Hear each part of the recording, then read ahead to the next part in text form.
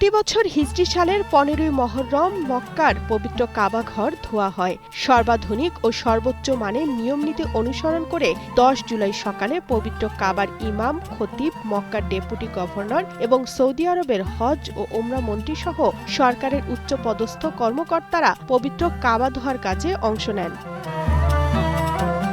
ধোয়ার পূর্বে কাবাকে পরিষ্কার করা হয় 4টি খেজুর পাতার ঝাড়ু দিয়ে, যেগুলোর হাতল রূপার তৈরি। এগুলো ব্যবহৃত হয় ধুলাবালি ঝাড়ার জন্য।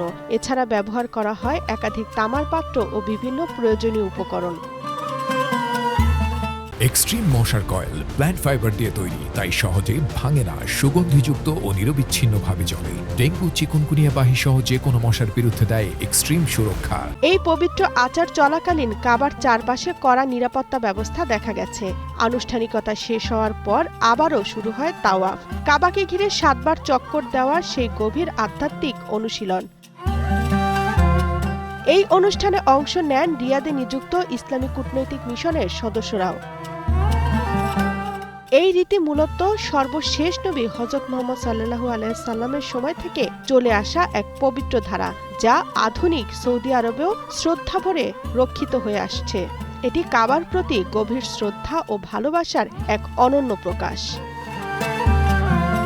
তামান্না তাহসিন খান, কালের কণ্ঠ।